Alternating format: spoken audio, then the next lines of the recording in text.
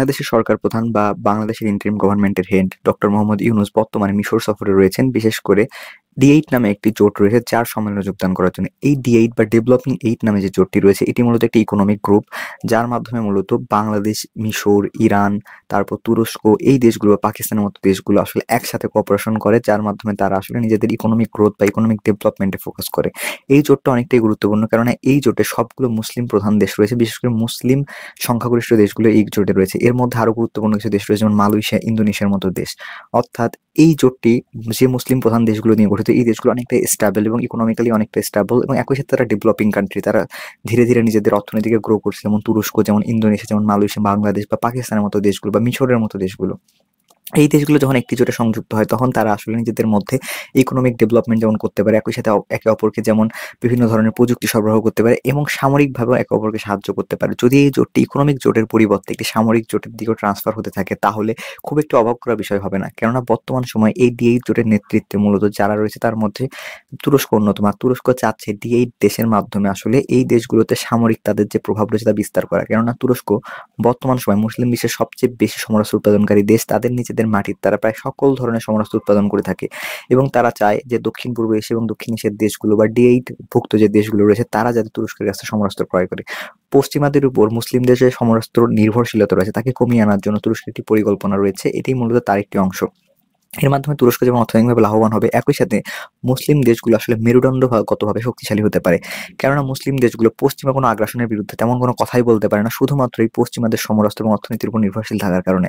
যদি বাংলাদেশ পশ্চিমা সমরাস্ত্র বা আমেরিকার সমরাস্ত্র ক্রয় করে, তাহলে বাংলাদেশ যদি কোনো একটি অমুসলিম প্রধান দেশের সাথে কোনো একটি ঝামেলায় জড়িয়ে পড়ে বা আমেরিকার পন্থী কোনো দেশের সাথে ঝামেলায় জড়িয়ে পড়ে, তাহলে হয়তো অবশ্যই সেখানে অস্ত্র নিষেধাজ্ঞা, অর্থনৈতিক নিষেধাজ্ঞা, এই ধরনের নিষেধাজ্ঞা আসবে, যেমনটা আমরা ইসরায়েল ফিলিস্তিন যুদ্ধের ক্ষেত্রে দেখতে পারি। এই জিনিসটি মূলত মুসলিমদের সবচেয়ে বড় একটি খারাপ দিক, যে তারা আসলে পুরোপুরিভাবে পশ্চিমাদের উপর বা তাদের শত্রু দেশগুলোর উপর নির্ভরশীল।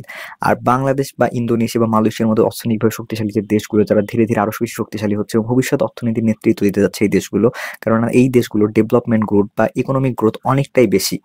এশিয়ার ইকোনমিক গ্রোথের যে বড় বড় ইকোনমিক গ্রোথ যুক্ত দেশগুলো রয়েছে তার মধ্যে বাংলাদেশ, ইন্দোনেশিয়া, মালয়েশিয়া অন্যতম।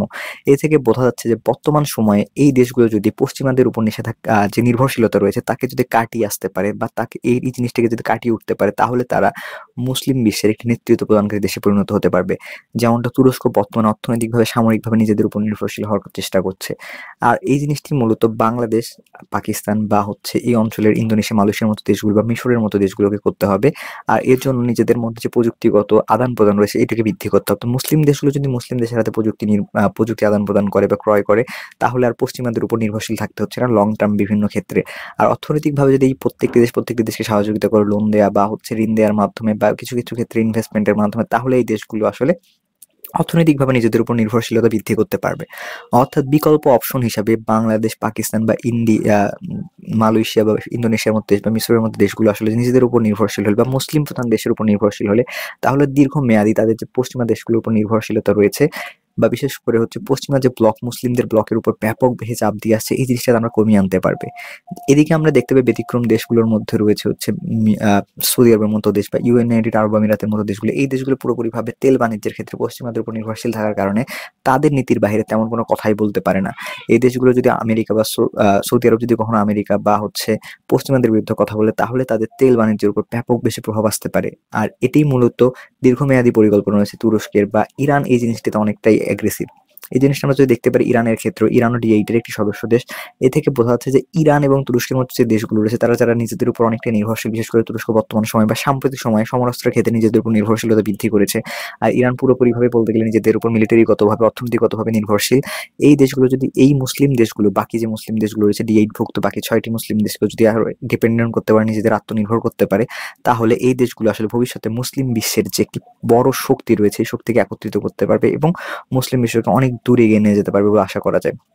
বর্তমান সময়ে D8 বা ডেভেলপিং 8 কান্ট্রির যে জোটটি রয়েছে এটি অনেক বেশি গুরুত্বপূর্ণ, কেননা এই বর্তমান প্রেক্ষাপটে যেখানে পশ্চিমাদের সাথে মুসলিমদের যুদ্ধের ব্যাপক সম্ভাবনা এবং অনেক বেশি ঝামেলার সৃষ্টি হয়েছে, বিশেষ করে হচ্ছে বর্তমান সময় মিশর এবং শামকে কেন্দ্র করে, বিশেষ করে সিরিয়াকে কেন্দ্র করে, এই অঞ্চলকে কেন্দ্র করে বা ফিলিস্তিনকে কেন্দ্র করে। তাই মুসলিম বিশ্বের দেশগুলোকে একত্রিত হয়ে, বিশেষ করে এই 8টি দেশকে একত্রিত হয়ে যদি মুসলিম বিশ্বের একটি শক্তিশালী জোট গঠন করা, যেটা সামরিক অর্থনৈতিক হইতে পারে, তাহলে বাংলাদেশ সহ এই অঞ্চলের দেশগুলো আসলে মুসলিম বিশ্বকে অনেকটা দূর এগিয়ে নিয়ে যেতে পারবে এবং দীর্ঘ টাইম বা লং টাইমের ক্ষেত্রে আসলে বাংলাদেশ বা এই দেশগুলো নেতৃত্ব দেওয়ার মধ্যে মুসলিম বিশ্বকে যে পশ্চিমাদের বেড়াজাল রয়েছে, বেড়াজাল থেকে বেরিয়ে আসতে পারবে।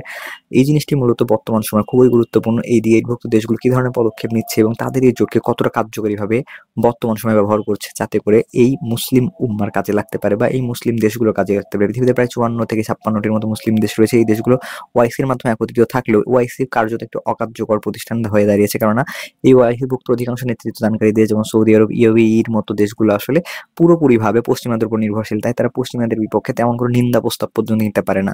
তাদের এই অকার্যকারিতার কারণে মুসলিম বিশ্বের দেশগুলো একসাথে যদি কোনো পদক্ষেপ নিতে পারে না, এ কারণে মূলত তারা অর্থনৈতিকভাবে কোনো পশ্চিমা দেশকে চাপ দিতে পারে না। 54টি দেশ যদি অর্থনৈতিকভাবে পশ্চিমাদেরকে বয়কট করতে পারতো, তাহলে অনেক ক্ষেত্রে অনেক ভালো ভালো সমাধান চলে আসতো, যেমন ফিলিস্তিনের সমাধান খুব দ্রুত চলে আসতে পারতো বা অর্থনৈতিকভাবে মিশরের উপর সমাধান চলে আসতে পারতো। বর্তমান সময় মুসলিম বিশ্বে যে বড় বড় সমস্যাগুলো রয়েছে, বিশেষ করে ফিলিস্তিনকে কেন্দ্র করে, বর্তমান সময় সিরিয়াকে কেন্দ্র করে, এই সমস্যাগুলো সমাধান বা বাংলাদেশ অঞ্চলে যে মিয়ানমারকে কেন্দ্র করে, রোহিঙ্গাদের কেন্দ্র করে সমস্যাগুলো রয়েছে, এই সমস্যাগুলোকে আসলে সমাধান করার জন্য মুসলিম বিশ্বে অনেকটা হার্ড লাইনে পুশ আপ করতে হবে।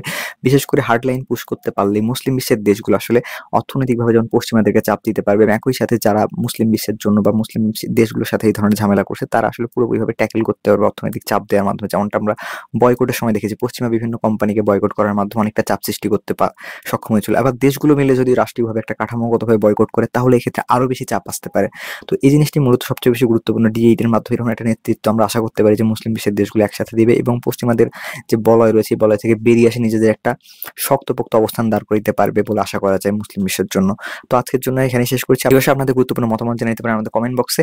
আর বাংলাদেশ কিভাবে এই জোটের নেতৃত্ব দিতে পারেন তাও জানাতে পারেন আমাদের কমেন্ট বক্সে। বাংলাদেশ এখানে কিভাবে ভূমিকা রাখতে পারে। তো আজকের জন্য এখানে শেষ করছি। কথা হবে অন্য কোনো অঞ্চলে, ইনশাল্লাহ। বাই।